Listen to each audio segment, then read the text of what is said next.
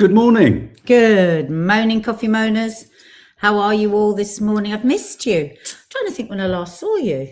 Weeks ago. Because I didn't see you Saturday either because there was no curly cooks. That's why it feels a long time. Or It's basically just my channel at the moment. Because I don't usually do Loose Women on a Monday. But hello and welcome. We've got great stories and chat for you today. So if you're new to the channel, hit the subscribe button because we're here every day. Yeah, man, it's so weird. We put so much content up here. You're never alone with the Sawalha-Adderleys. And at the behest of our agent, I've been saying this each morning. If you're listening on podcast, we're over on YouTube.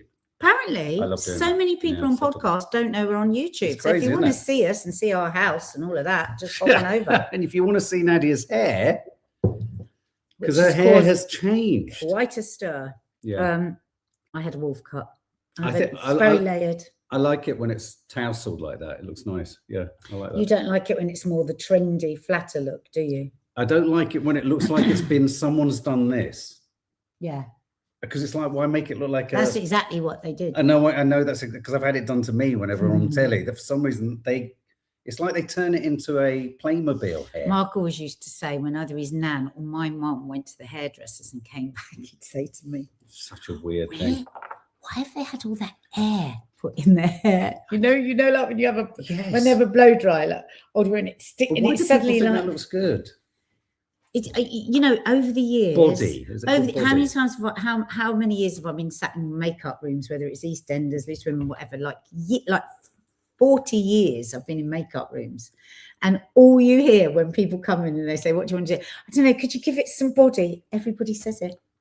Every woman says it. I think it's a bit depressing. Yeah, it's because weird. It never looks good. But don't most men want thicker hair than they've got? And if they could say, can you give me a bit more body? They probably would. But I think the mistake is it's women doing for women what they think they ought to. It's just because it's tradition now. I think the idea of putting body, I'm not talking about thick hair. Volume is different. No, that's what I'm talking about. Yeah, when that's why they put the air in. So when people say body, all I think of is Angela Rippon. And all I think of actually with most women on television, their hair is somewhere on what I call the Rippon scale. So with our American viewers, who would be the American of that? But Hillary Clinton, when she's had a blow Yes, Hillary Clinton is a good example of which in essence, the hair of most women on television makes them look like they've been shot. They're in shock. So I love your hair when you look like, I'm going to be blunt, you've had a shag. Shush. But I actually do think the majority of men, listen, what do so many women do on their wedding? They want this, they want the loose look. I love your and they want the little bits coming down. I love that. They want the tendrils. I prefer that to even the wolf cut. I really like that. Because you know why? Because it looks like I make bread. No, it doesn't. It looks like it looks like you give head. Mark, right, that's it. We're not talking about it anymore.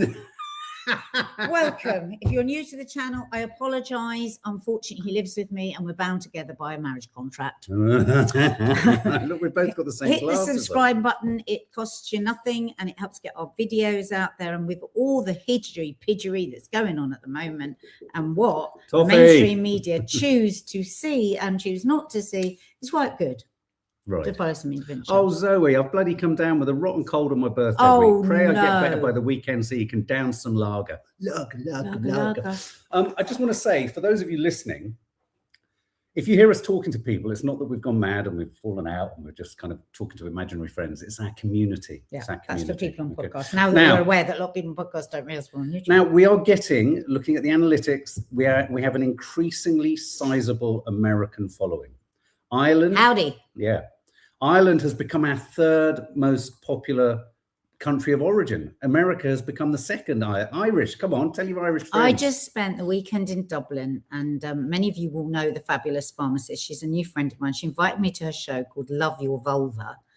1,200 women sat down listening to things about their body for they weren't sat down for too long, were they? Over 2 hours, and it was riveting. And there was singing, there was dancing, and every person I spoke to in Dublin was so funny and so like full power and just chatty. It was just, it was great. I loved Natasha every Tiramos has the most fabulous head of hair, and she says, I have to come home. I mean, you've got hair that... She's got the hair I used to have. You've got like Rapunzel hair. You've got the kind of hair you should throw out of a window. Well, that's the hair I used to have. Darling, you still do. My friend Neil Jan, she's got that hair. You've got one hair that just kind of comes out the center of your back all the way down to the floor. Shut up. Right. No Okay. Anyway, now. so listen. So a lot of people have obviously come here for the serious. When I say serious, the kind of spitballing, sweary, but I hope honest and unvarnished approach to the news. So we are talking about, again, some pretty serious stuff. This is serious stuff, but you know, we like to unpack the way in which the media is manipulating us, controlling us, steering us towards certain stories, steering us away from other certain stories. We've talked at great length over the last couple of days, whilst Naz has been away, about the way in which Epstein, and I'm going to say it as a kind of just a holder before we go into the specifics of what we're going to talk about, the Epstein files are inextricably entwined with the genocide of Palestinians. It is all tied up. The Epstein files are an Israeli intelligence, honey trap, blackmail outfit that the mainstream media, British governments, and we're going to talk about Mandelson and Starmer. And also the attack that is revving, the next attack on Iran, and the people that have been slaughtered there. It's all tied up. So it's all tied up. It's all tied up. So everything that you're seeing in global politics is tied up with the Epstein files still having blackmail leverage over those who are in the files. Oh, don't. No. I listened to a Coffee Moaning the other day. It's so distracting. Oh, sorry. Yeah, sorry. Sorry, Pepper. So I just want to put that at the outset because one doesn't want to keep sort of reiterating it. And a lot of people say, oh, but it's Gaza. And it is Gaza. We know that. Let's not talk about his Russian connections. Let's talk about his Israeli connections. Let's talk about the fact that they name him as an Israeli intelligence asset, and they state in the Epstein files that Donald Trump, specifically stated by the FBI, has been compromised by Israel. Okay? It's in the files. It's in the files. They let that bit out. But there's lots of other stuff. They flood the zone, don't they? Yeah. With like half bits and pieces of stuff. And it's kind of like, you know, when you feed the fish and you just give them little crumbs, it's like that, but they're enough that you go, oh, so they want the people to feel satisfied that they're getting some stuff, but actually it's very carefully redacted and curated. They're not so careful with some of the victims whose names they've accidentally leaked out. Those poor women, how much more must they take? Because a lot of the women, as we know, wanted to stay anonymous. Why? Because they saw what happened to Virginia Giuffre and others, and they fear for their lives. But some of the names and identities leaked out, you know. Well, this story broke on Friday and Saturday, and obviously we haven't really had a chance for you to kind of comment on what parts of it have struck you most sort of acutely. What's your sense of things? What's surprised you? Has anything surprised you? What's frustrated you? I think the thing is, it's like, so if we take so first of all, when I came downstairs and the girls said to me, oh my God, Mum, look at this photo. And it was Prince Andrew, you know, on all fours over what's looked to me like a young teen, right? We don't know. She might have been 65. We don't know. Maybe even one day we'll be told that. We don't know. I think you can see from her ankle she wasn't. Yeah, but so he was on all fours over her, and one of our daughters said, I mean, God, Mum, it's disgusting. This is it. Bless her, the innocence and the naivety to think that anyone's going to get like red-handed caught. And I, as anyone would, I felt repulsed. My instinct, my guts turned over to what that picture was. Imagine that's my daughter, imagine that's my friend's daughter, imagine that's your daughter, you know. So that's all the human response. But what I said to my daughter straight away was, but in a court of law, you ain't got anything there. He's in his clothes, she's in his clothes, she's in her clothes. There's even one bit where he's touching her stomach.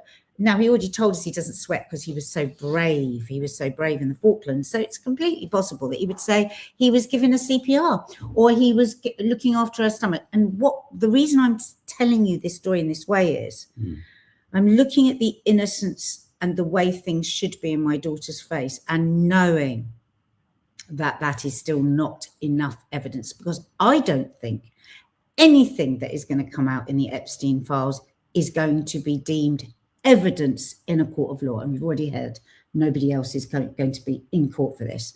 So then when I read after the photo and then reading Trump's the latest allegations against Trump, which I'm sure many of you now know what they are, which were absolutely disgusting. So just in the spirit of clarity, you're referring to here the child auctions and the measuring of children's genitalia. Yeah.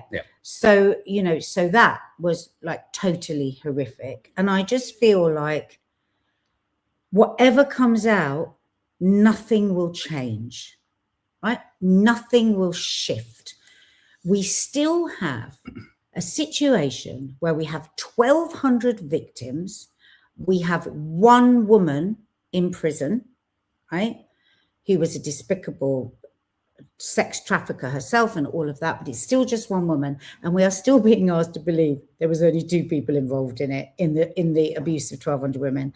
And we are still in this situation where the victims, almost on a wash cycle, are brought in, cause more pain, brought in, left to feel worthless again. And so, though there was a lot of shocking stuff in there, I just felt we hadn't moved on at all, actually. It's interesting because I'm surprised by your answer, because there sounds, I mean, I know you're not saying this, but you could be forgiven for thinking you're almost saying there was nothing dramatic about it whatsoever. It was all dramatic, but it's okay. Curated in a way like Prince Andrew is fully dressed. Listen to it in the court of law. We've got nothing here. Yeah. She'd just fallen over. He was helping her. Oh, well, this is just an allegation. The girl disappeared. What I'm talking about is there's always a cover up. There's always the excuse that comes into why things are the way they are. And everyone, of course, has fulsomely denied any allegations. Everyone that has been, accused of anything in the files. Yeah, I mean, one of the important things to state, and for some reason it's not in the title, I did write it and it hasn't saved it, but the Clintons have agreed to testify to the House Oversight Committee regarding the Epstein files. Peter Mandelson, former ambassador to America, huge aide and part of the Tony Blair government, a friend, really important you understand this, Peter Mandelson, a close friend of Morgan McSweeney, Keir Starmer's chief of staff. So Peter Mandelson, we've got Sarah Ferguson, we're going to talk about Prince Andrew. All of these, weirdly, isn't it weird how all of these kind of British individuals, principally British individuals, have been thrown to the sort of the baying crowd of the press. And we have covered this a little bit. And the right-wing press, the right-wing media, the systemic Zionist compromised, mainstream media of the UK and America is feeding on these stories in order to keep us distracted away from, and just to minimize it. The psychology and the thinking behind these kind of stories when they've flooded into the zone and into the public realm is that there can only be interest for a certain amount of time. And they hope and they believe that actually, and it works. People move on. But here's the thing where I think this could unravel, and this is really potentially quite not dull, but I think the Peter Mandelson side of the story, more than the formerly Prince Andrew side of the story, could unravel really badly for the UK and the extraordinarily entwined labyrinthine way in which Mandelson, Epstein, and everything was known. I'm telling you right now, the reason the government, and I've got a clip that I just got just before we went live, the health minister umming and ahhing about why Mandelson's peerage hasn't been taken yet. I've got this feeling that Mandelson could be the source of so many beans to be spilt. Especially as he's so arrogant. And you just said this for my life, he's done a piece in the Times. And I was like, oh, and is it woe is me? Is it no contrition whatsoever? Yeah. So like if he stomps around with his usual arrogance, then he could trip himself and other people up. The Prince of Darkness. So Peter Mandelson is, again, so most Americans would know him. He was the ambassador. He was made ambassador to America. And the big sort of controversy here is how much did Starmer know or not know about Mandelson's relationship, friendship, involvement with Epstein? And it's becoming. Well, he says that he'd assured him that it was over. Yeah. But it's like all these people that continued contact with these people that were connected with him. Yeah. But I agree. I think Prince Andrew has consistently said he's never done a thing wrong. I mean, when he was talking about Epstein, he said, I just don't understand his lifestyle. It's not fucking lifestyle. They're fucking pervert, right? So he doesn't get it. Prince Andrew just doesn't get it. And he must answer. He must, I think, and we've got a clip later on this from his biographer.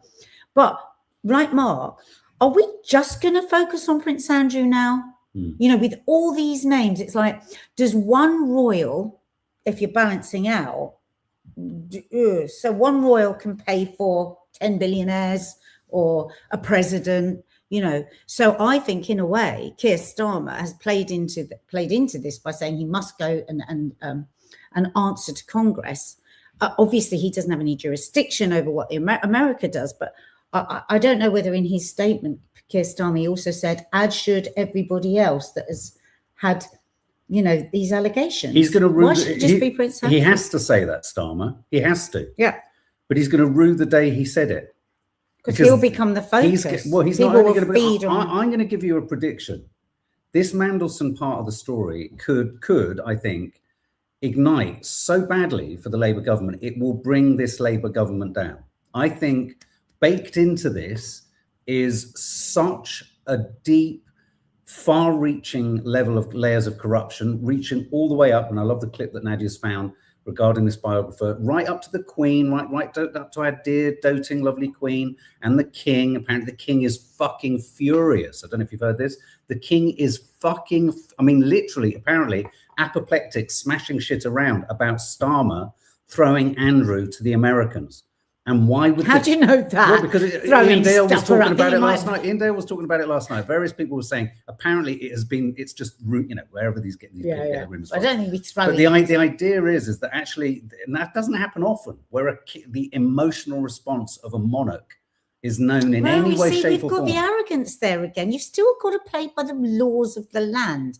And the thing is, I mean, maybe we should play that clip soon. Well, hang on. I just want to play this because I just want to stick with Mandelson for a moment before we go back to Andrew. So the Peter Mandelson, don't get bored by him. Don't just focus on him. But also, I think Mandelson is going to be, weirdly, the Trojan horse. He's still showing contrition. They've published a fucking interview with him in the Times. To be fair, most of the interview was conducted prior to this latest tranche of releases of Epstein files, but they did update the article. I looked last night with a few extra comments, but he's showing no contrition. When someone shows no contrition, they usually have leverage. Or it could just be the arrogance of living in a world where everything goes smoothly for you. But let's just hear the health minister. I just look at her eyes. I mean, let's remember him in his pants, mate. Yeah, don't be swanning around saying you're above us all. You just stood there in your pants. Dirty Y-fronts. Looking very silly. Yeah. Very silly. Okay, let's just quickly hear from the health minister this morning. This was only minutes ago on Sky. That he doesn't think Lord Mandelson should be a lord anymore. So why doesn't he do something about it? So, again, you know, we're all learning the rules. Peter Mandelson is not the first Lord to have been in disrepute, but this issue is about bringing forward new legislation. We don't have a majority in the House of Lords, so that has to be done in cooperation with all parties. That's why we've asked for all parties to come together to look at this and make sure that any legislation comes forward is fit for purpose. And it's not just about one individual. It is that would be a wider issue. So we have set that process in train, but it's not as simple as, you know, people understand we've got a majority in the Commons. We can bring forward emergency legislation. I brought forward emergency legislation last week about the doctors. But you do need to get that through the House of Lords, and it needs to be right, and it needs to be wider than on one person. I do understand the kind of difficulties of legislation, but, you know, we were told Prince Andrew couldn't be stripped of his title of prince, right? Because we were said at the time he was born a prince, so there's nothing he can do about it. But King Charles found a way of doing it to his own brother. So I guess people looking at this will be like, why can't Keir Starmer find a way of getting rid of the title? But we are doing that by saying that we could bring forward So is that happening? What's happening then? Well, because he's asked to work with parties. But what is in the House happening of Lords. today? Yesterday, now? Yesterday, we approached for all parties to come together to look at what that might look like, and whether that's a approaching runner. all parties to come together To look at legislation and what might need to be. That's exactly the first process. So it's going to happen then? Well, it depends on if you can get all parties together to agree that. That's the step. And I would hope that, particularly given the public interest and the clear issue around the reputation of the Lords and the reputation of politics, that all parties would want to work together to do exactly that. Now, the poor health minister there is floundering Thrown around. out to deal with his shit. Yeah, exactly. Now, it's not her fault. I'm not holding her responsible. But what I feel baked into all of the... I'm telling you now, our system, our governmental, so-called democratic, monarchical, in the loosest sense of the word, system, is at its most vulnerable it has ever been. Epstein, as Nadia rightly said earlier this morning, everyone likes to say Epstein was useless, he was stupid, he was a crafty, skillful, chameleon-like groomer, not just of children, of everyone. He groomed everyone. And I'm telling you that at the heart of the Andrew and Mandelson story is that if Andrew has to talk, if Mandelson is forced out of his lordship, they're all going to have to talk about the each whole other. pack of cards is going to start to unravel. And I can't, in a million years, given the CPS was said yesterday, the Crown Prosecution Service is now looking at emails from Mandelson to Epstein. They're talking about the possibility of legal action and arrest. If those emails are popped in front of the CPS now, are you trying to tell me that all the time Starmer was head of the CPS, Epstein's name never floated past him? I don't believe it. I don't believe it. Starmer was at the very top of the CPS. So what I would do if I was him as well, maybe I would just pull out of the Lords so that there's not all this fight around it. I think... Because if they all think that if there's a chance that people have got stuff on each other and they're going to tell on each other, you want to shut up and get out of the way, don't you? Mandelson had such a close relationship with Epstein. I'll just screenshot this just to help. This is the total content of emails forwarded to Epstein from the top of the UK government, include a confidential UK document outlining 20 billion in asset sales. Mandelson claiming he was trying hard to change government policy on bankers' bonuses. An imminent bailout package for the euro the day before it was announced in 2010. A suggestion that JP Morgan boss mildly threatened the Chancellor. There is another email, and there's another email where Mandelson emails Jeffrey Epstein and says, "I've got him to go," about removing Gordon Brown. If he was that influential, that's like a spy. Exactly. Isn't that like spy speak? Well, it's really interesting you should say that, because last night, I haven't got a lot of time for Ian Dale. There was a moment where sometimes what I like about Ian Dale is right-wing conservative LBC radio presenter. When he has a thought, he can't hide the honesty of his thought when he has it. And he paused and he went, well, hang on a minute. We're talking about this man as if he was as qualified as a spy.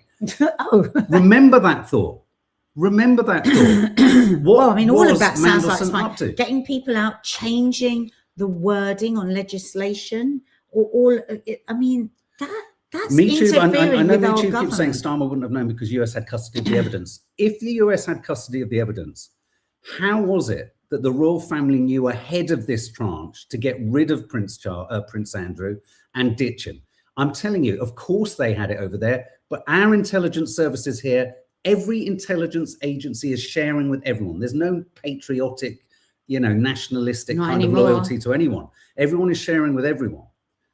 So, and I want us to move on to this clip that Nadia found regarding the biographer of Prince Andrew. But I just have the feeling in my gut is that this is blowing up in Starmer's hands, and Mandelson isn't going to go down quietly because he's arrogant. He's got receipts. If he's maybe he's just got to fight because it's just. And I just will never see him in anything other than his pants. I know. Talking to that woman in a dressing gown. Well, I never see him as anyone other than the guy caught taking a piss in Notting Hill a couple of weeks ago. But who was the woman? Well, exactly. She was redacted. Did she work for it? Standing there with your in your pants. Absolutely. Okay, well, do you want to set up this chap?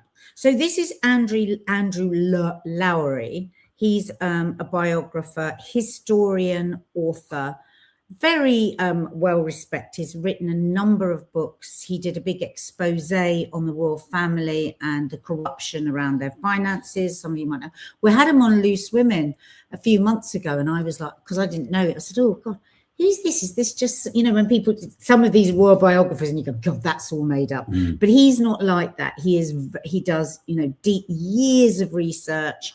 He's very confident when he speaks, like he has proper receipts and people that will. So this is an interview on Channel 4. So it's just a couple of clips. And I'm not sure if I've kept the question. Yeah, I have kept the question. So where he's being asked about the Queen, he's being asked about Fergie, and I can fill in after I've seen this other bits that he said. But okay. Donna Holland, Zach needs to jump on this and get the support over to Green. I agree, Donna Holland. I did see a brief clip with him being interviewed yesterday, but you're absolutely right. He does need to seize upon this moment, really. Known about this for years, and I had the opportunity to deal with it years ago. So this is an accident that's been waiting to happen, and I think they need to be held responsible. I think also the Met now need to look at their case again. It's very clear that women were trafficked to Andrew, and they need to reopen their investigation. But Epstein was paying a lot of Fergie's debts, and that's why she had to keep in with him. But again, obviously we still don't know in truth whether these are definitely true. We haven't had a denial. The tone of it suggests she wanted some sort of relationship with Epstein. I mean, I presume she was joking, but she sort of says something about, well, you could marry me. Yes, I mean, Sarah Ferguson, it's partly of her style, but she certainly had relationships with many of her financial backers, so that doesn't surprise me what at all. I mean, you say there'd be no denials, but actually these disclosures back up what I had in my research, much of which wasn't used in the book because we wasn't believed at the time. I had a lot of material, for example, on Peter Mandelson. So, I mean, what for me is gratifying is that this disclosure has backed up the separate research I did with my sources. I don't know if did you go right from the beginning? Yeah. Maybe I didn't put the bit in about the Queen. Oh no, Are you it's sure? not there. Yeah, no. Okay, right. So he asked him. Krishnamurti said, the difficult question here that everybody seems to be avoiding is, did the Queen know? And he said, absolutely, the Queen knew. I have sources that will stand by that she was told, and they were shooed away. So there was another historian on there as well, and they were just talking about, unless William makes huge changes, this is going to be disastrous. If the sex trafficking, okay, when people say Virginia Giuffre was 16, so therefore, please, she was over 16, so therefore it's all okay. Well, sex trafficking isn't okay. And, that would have been to royal houses. Sorry, I've got a frog in my throat. And he said, categorically, he won't go to Congress, and that absolutely the Met have to now reopen the case. Well, I mean, and if that happens and they start digging around, it's going to be a disaster. But also, what I was interested in there, did you hear what he said about Sarah Ferguson? Yes. He said it doesn't surprise me the way she was talking to Epstein on the emails, because she had a number of relationships with the men that helped her out financially. So what's he saying there? And maybe we should just read out the email that she sent to Epstein after he was found guilty, and I think was actually had served time then in the prison. Do you remember the lovely cushy prison he went to, where he could still fly out of the country? It's very small to read. Just go in at night and all of this. This is a message from Sarah. You are a legend to Jeffrey Epstein. I really don't have the words to describe my love, gratitude for your generosity and kindness. I am at your service. Just marry me. And he was a paedophile. Yeah, he was a paedophile. He was already found guilty. And not only that, but she also, her charities closed after the new details. She also took Beatrice and Eugenie, their daughters, to see Epstein days after he was freed for child sex crimes. And I just want to pause just before we comment on a response to that, because when I sent that to Nadia yesterday, it is an oh my God moment, isn't it? You take your children to meet a convicted paedophile. I don't want us to get drawn into the idea that we only focus on the women somehow being worse than the men. You know, if Sarah Ferguson, say, was sleeping with, allegedly, people, having relations with people in order to kind of shore up her husband's whatever empire, crumbling empire, what have you, let's not forget that Andrew is over there and he is responsible, allegedly. In some of the exchanges, there is talk of torture, there is talk of death. You know, we're not suggesting it, but he is talked about in the same breath as such huge, heinous, appalling crimes. So it's not to say that what Sarah Ferguson did here is a profound lapse of judgment, illustrates how compromised she was, how enthralled she was to Epstein to take her own children to see a convicted paedophile. And as yet, she hasn't denied those emails. No. She hasn't denied. So let's just remember, right, just think about this. Would you in a million years take your children to the home of a convicted paedophile? Who would do that? Not unless you were absolutely desperate. But it's like I was saying yesterday on This Women, it's almost like this, brush it all under the carpet, whether it's the people on the absolute edge of this, Sarah, the wives, whatever, or the people right in the middle of it doing all these heinous, I don't know how to say this, acts. It's brush it away, brush it away, brush it away. And they all still think they can just brush it away. I hate to say it. Money and power. And the people on the edges of money and power that will hang on to their fucking lifestyle, even taking their daughters to the home. But isn't it interesting that the Mail seizes upon that headline? And let's not forget that is, you know, so Sarah Ferguson takes her children to meet. Andrew also took his daughters, but I don't see the same headlines about Andrew. It's really interesting. But if you think about it's new news and people love to feed on women being the worst. I think what she did is disgraceful. Yeah, it is. And also, but it doesn't. It's not taking my eye off actually the actual perpetrators. And also the other thing I think it speaks to profoundly is the idea that their children. There's no suggestion that they were putting Eugenia or Beatrice necessarily in a vulnerable position themselves, but they were taking them to see her. There's this idea that there's an exceptionalism, and something that's coming through a lot of the files, a lot of the kind of attitude is there is a sort of, I hate to use the term, but it is a term that's used within the Epstein files. A Jewish supremacism has crept into many of the exchanges within many of the correspondences. From Epstein's attitude, Ghislaine and Epstein's attitude to non-Jewish people is beyond toe curling. Some of the victims have said is just from Ghislaine messaging them on that. Toe curling. What a dreadful woman. So yeah. But you know, I want to talk briefly about the Clintons as well. Yeah. Yeah, should we go over to that? Yeah. So big news is that Bill and Hillary Clinton are to testify on their relationship with Epstein.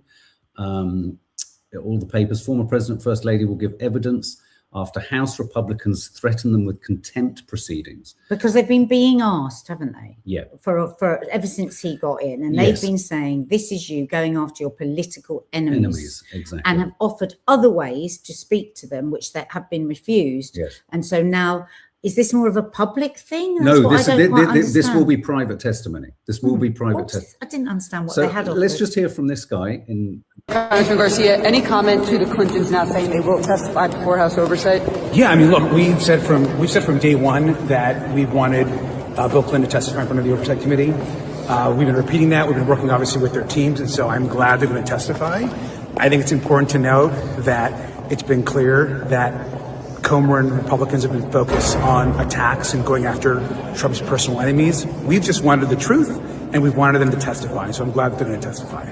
Would you have voted to hold them into contempt if this comes to the floor? I think, look, and I think obviously in our committee, I believe from day one that at the end of the day, if they weren't actually going to play by the same rules, then we've got to push back on that. But I've said from day one that we want to talk to anyone, including the Clintons, so I'm really glad they actually we're going to sit down and have a chance to speak to them. Is that going to happen? Well, look, I mean, I don't see how it couldn't. They've accepted every single term that's been laid out by Comer.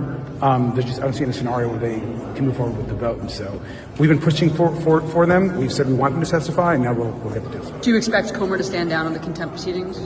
I don't see any scenario where he couldn't.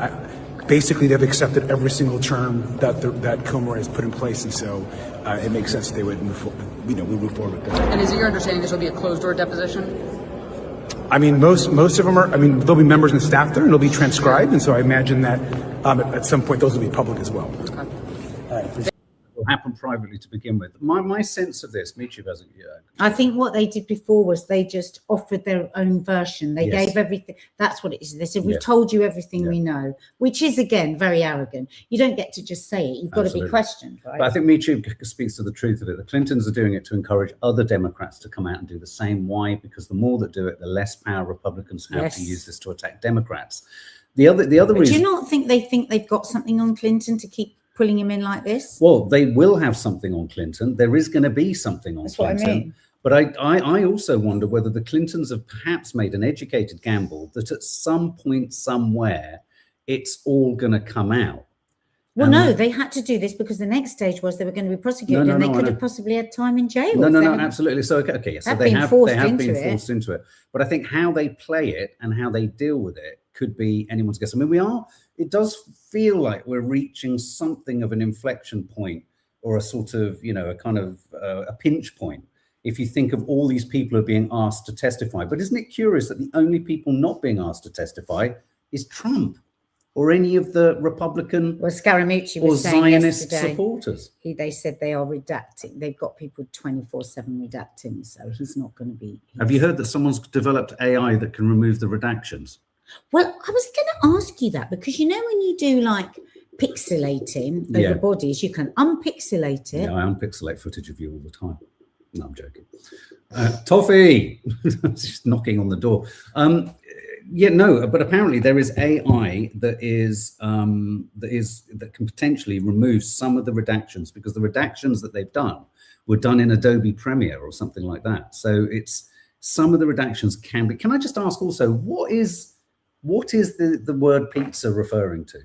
When they use the word pizza keeps coming up in relationship to, obviously used as a code word. But we won't know because it's a code word. No, I know. But even just looking at all of the various many different ways in which it's used, one's trying to sort of work out, is it specifically relating to events or acts? I wondered whether it was like, because you know how you can have a big pizza and all share it. I wondered if it was like orgy stuff. Yes. I see what you mean. Hi, Christos. Through everyone deception, can have a slice. Right. Nice. That's what I thought. The phrase "through deception and manipulation" is the motto in which a lot of these situations are being operated on. Pepperoni was girl. Plain was girl. Oh, right. Children. Pizza went to pizza. Oh God. Child equals pizza. Ah, dearie God. Let's just quickly hear from Donald Trump. I'm going to sue Trevor Noah last night in a post who alluded that something could become. Yeah, well, he said that I spent time on Jeffrey Epstein's island. I didn't. I mean, he's a lightweight. This guy is a terrible. I think he's terrible. I thought he did a terrible job at the Grammys. Now, a lot of people are kind of making sort of getting mileage out of the fact that he called it Jeffrey's Island rather than the Epstein Island, suggesting it was like he was talking about him like a friend. Well, that is a big note. I've never heard anyone call him Jeffrey. No, Jeffrey's Island. How well did he know? So look, lots and lots of other speculation coming out of the files. Least of all this. Guard claims Epstein was removed from prison alive. A lot of independent outlets, social media accounts are talking about these messages. Shortly after Epstein's death, a 4chan post, I don't know what 4chan means, emerged stating strange things happening before his death. This was the suggestion that a van was brought in. He was removed in a wheelchair. Someone else was possibly brought in. The New York District Attorney got a court order making 4chan and others hand over their records. The poster was identified as prison guard Roberto Grijalva. And we have, again, lots of receipts here speaking to the idea or the Is suggestion. this all from the files? These are from the files. The suggestion that perhaps now many people have allegedly suggested that as Epstein is alive and well in Israel, and I just want to, we have no way of confirming that. The art of a great cover-up is that it's pretty successful. So you can't smell it, you can't see it. This is one example or one moment or a scintilla of a suggestion that perhaps he could have been smuggled out and a body swap of some form could have happened. I mean, I have heard interviews with his brother who's raging and wants to know what happened. And he was called to see the body. He had to identify the body. But I suppose one could do a fake identify the body. Yes. But let's just... not him, but I mean... Okay, just so entertain this thought just for a moment. So let's just pause for a moment. Say he is alive. We'll never know. The compromat continues to work. Mm-hmm. It's like I was trying to draw a parallel between the fact that the mainstream media are throwing Prince Andrew to the wolves, rightly so, Mandelson. This is the delivery of what Epstein was threatening. This is the final state. Epstein wasn't getting all this material just to keep it in a club. Well, he was, to keep it on a hard drive in case. This is the in case. But It's now being used. It's now falling into the public realm to target only a few in order to distract from the many. And isn't it weird? I think that this is the quietest Netanyahu's been for quite some time. Isn't that curious? Just saying. Just thinking that. Well, they slaughter and continue the genocide in the most horrific way. It goes on and on. Still children starving to death, still children freezing to death, still children not allowed. Guess what one of the other banned things into Gaza is? The test strips for diabetic children. Right. It goes on and on and on. Should we go to Marina Purkis? Do you want to? I love Marina Purkis. Follow Marina Purkis and Gemma Forte. They do a fantastic podcast called The Troll. Follow them both on The Troll. Not The Troll. And follow them both on Instagram. We love them, don't we? Smart, witty, fucking right on it always. Yeah. Now, Nadia did a reel this morning, and I think it's a really important thing to state. We haven't touched upon it before. There seems to be a sort of selective outrage around grooming gangs. It's like this type of grooming gang with Pakistani men is wrong. Other grooming gangs don't deserve our attention, according to Reform and all the people standing outside asylum centres. And both mine and Marina's question is, as Reform, I mean, my God, they work so hard to protect women and children. I mean, it is the life force of the party. It is probably right at their number one, isn't it? Of their what's the thing called when you have everything written out as to what you're going to do? What's it called? What's it called? No, when a party anyway. Manifesto. It'll probably be number one in their manifesto, because we know that completely that's what they care about the most. It's what they chant on their marches. It's why they excuse all sorts of behavior against migrants, because their number one thing is no woman should ever be beaten. No woman should ever be sexually assaulted.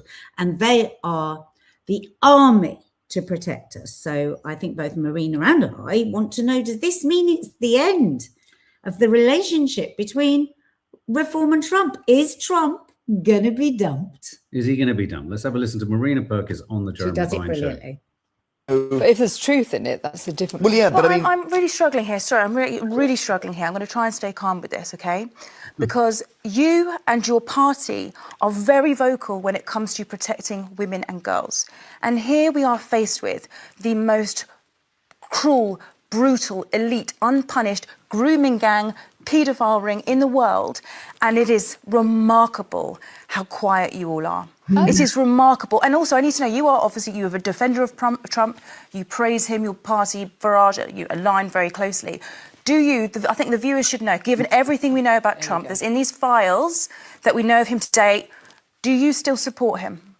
Look, this, to me, it's not about Trump. This is about believing in due process. Do you still support him? I will finish. Do you just ask the question? I will finish. We can see through this. But I mean, I think you do still support him, right? Because as you're saying, he's not guilty in your terms. I believe in a due process. Right. And, right. Can I excuse me, Marina? Right, go for it. Go. You go for it, Andrea. I'll try you're and not hold. the host here, Jeremy. No, it's fine. Now the fact is, do I support Trump? He is a democratic leader. Now, if anybody is seen to have been involved, whoever it is, whichever party, But you want to see people in go through a court. underhand tactics and an abuse like that to a minor, then they need outing. But excuse me, Marina. I will finish.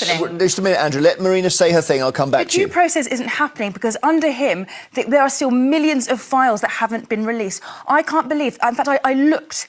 There is no mention of you ever talking about women and girls unless it's through the lens of immigration. But here, when faced with this guy who's on your side, not a peep. He has been found all. But what do you think he's done, though? Forget what's in the files. So is it worth me even sitting here? Yes, it is. If you want to pretend, is it worth me even sitting here? Do you not get a word in edgeways? Let me just answer. Marina, you've wait had a enough, sec. Marina. All the stuff that we've known today, the civil. I'm going to be off if I do not get a chance to speak.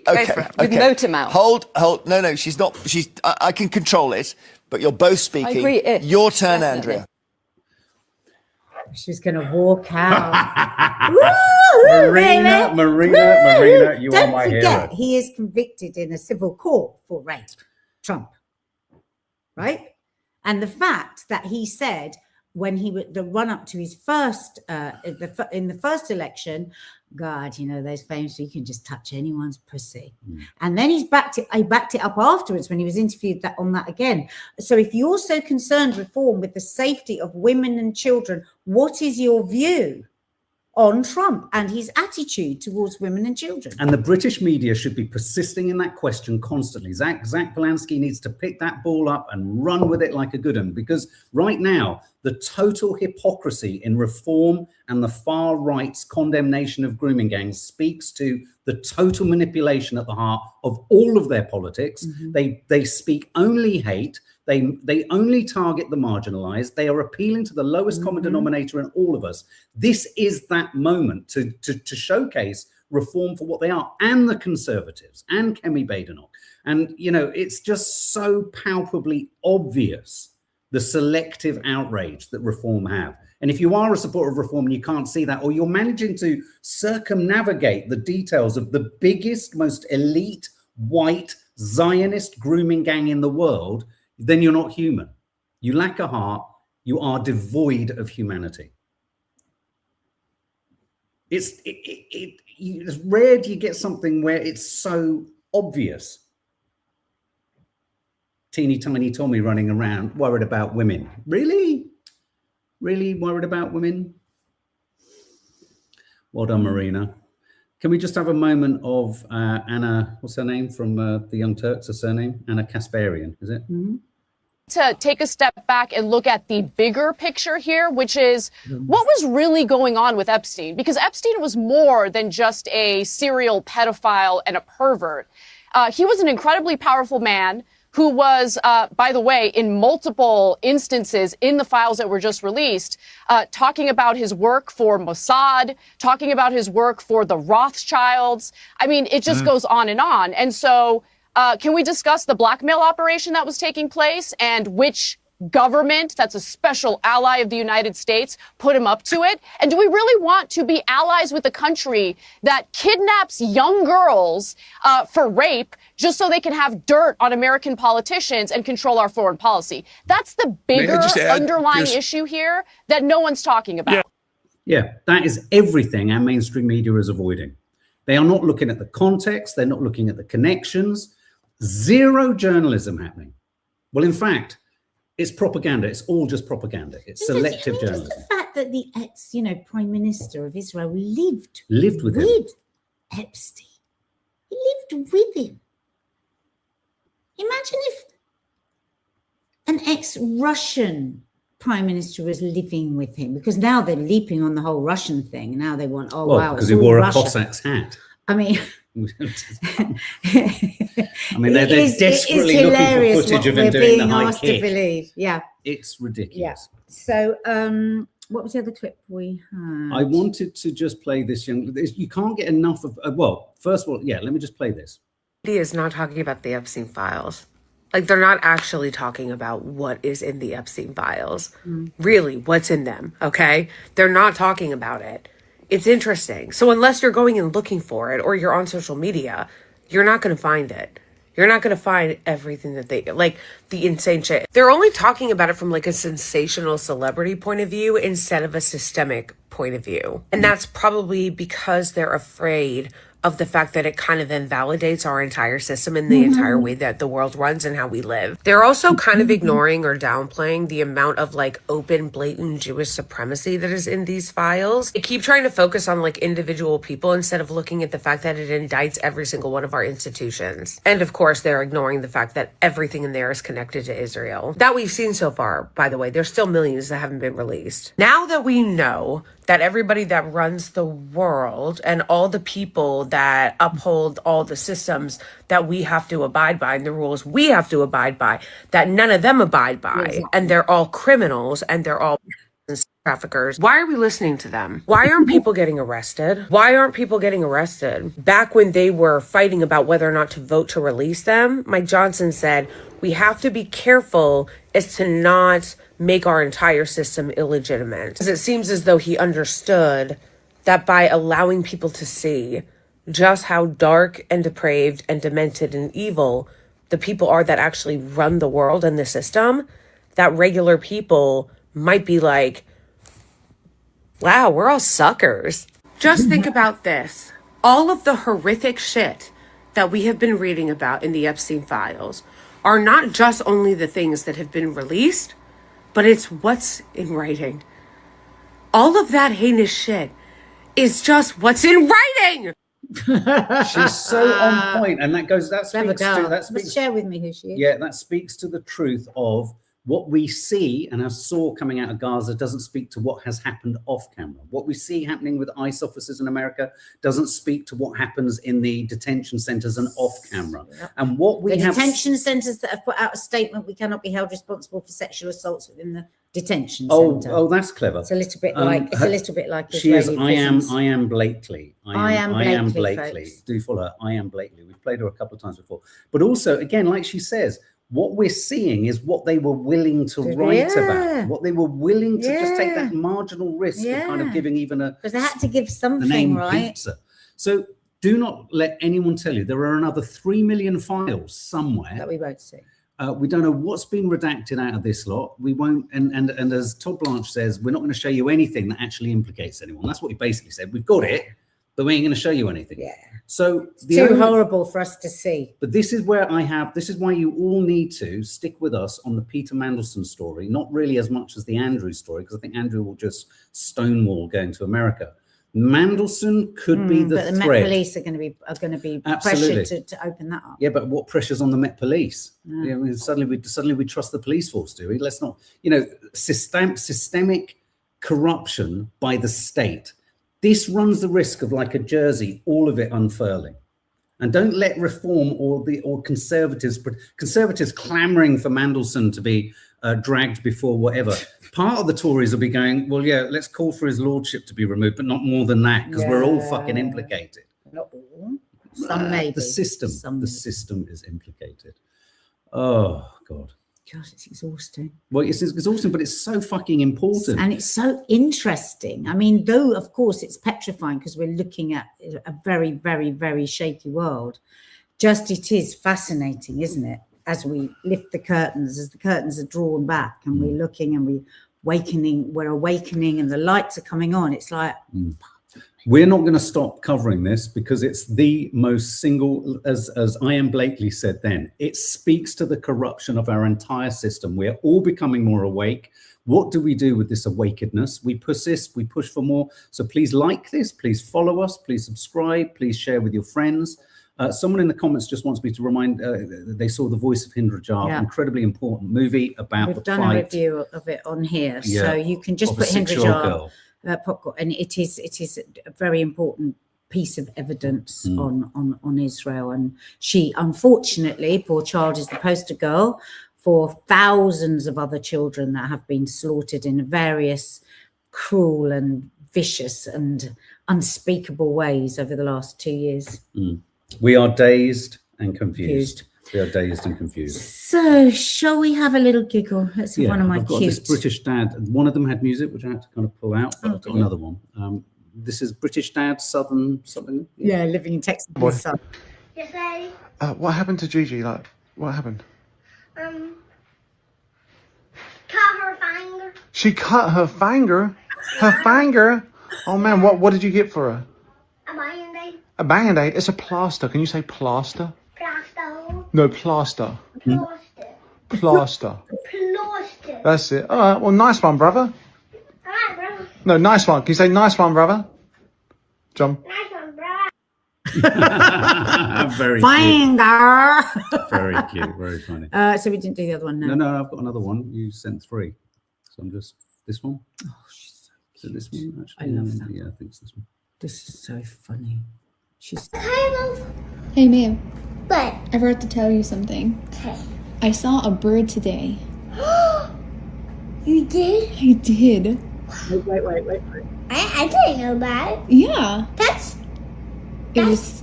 occasional. That's what? Occasional. What's that? Like when you do something good and you share something, Mm-hmm. that's what that means. Oh. So I saw it today. you did? Yeah. Wait, what kind of cookie you on here? You don't care about the bird? No.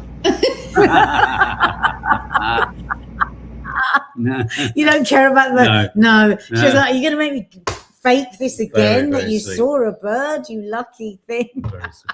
Well, look, we're just timing out here. Let's get some of your comments because it is exhausting to tolerate. It's exhausting to listen to. It's exhausting to walk through. Someone just asking what was the film again? The Voice of Hind Rajab. Please watch it. Reese says, talking of innocence, NYT Opinion dropped a video a couple of days ago of the 5-year-old boy Liam's classmates talking about their feelings around ICE and him being taken. So illuminating. Oh, and sad yes. Oh, God. equally. These videos of these kids talking.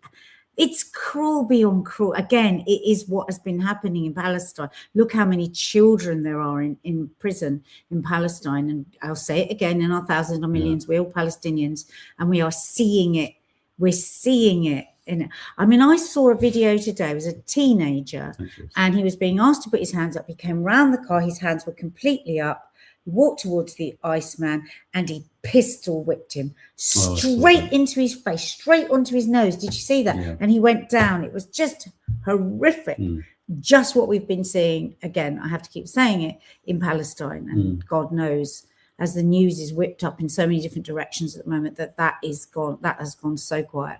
So please continue to follow accounts speaking up for Palestine, continue to share. There are babies freezing to death in Palestine. There is starvation. There is lack of medical care. There are 10,000 or more people being held in the most horrendous torture prisons, in the most horrendous conditions that have been forgotten about, kidnapped from their homes, children kidnapped from their homes, held hostage in these brutal prisons. So please, if you can, continue to post things, or even just, if you don't want to repost it, comment, save it, because it helps that algorithm. Also join Upscrolled, which is a new platform.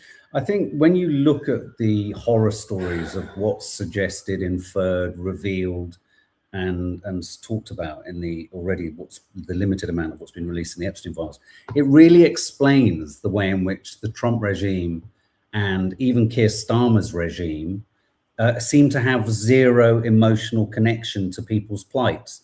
Because if that's possible, and again, I'm not for a minute suggesting Keir Starmer's involved in any of that specifically, but in allowing the system to do that, they don't care about us. They do not care about us. We spent 2.5 hours with Zach Polanski. I'm going to put my neck out here. I think he cares. I think he does care. 100%. I felt he cares, but you know, you've always got to hold back politicians, and they get into a position and things. But I have never seen a politician talk as in such a real way. So yeah, if you want, join the Green Party. Yeah, and support their campaign in, is it Gorton and Denton? They've got a lovely campaigner, candidate rather, sorry. But I really do think she's so far away. I'd love to get to do our plumbing. I really do want and hope that Zach, I'm sure he will, Zach actually persists on this, because I think there's a clear distinction between Reform's vulnerability right now is their inability and refusal to call out the biggest, most systemic grooming gang in the world. It's their biggest Achilles heel, it's their biggest vulnerability, and it needs to be seized upon mightily. Okay? We love you lots like jelly tots. Please hit the subscribe button, the notification bell, and there is more coming today. So the notification bell will tell you when to, check out what's going on. And I saw a very odd film last night, all inspired by John Bishop, the comedian. You're not going to believe it. Mark and I haven't had a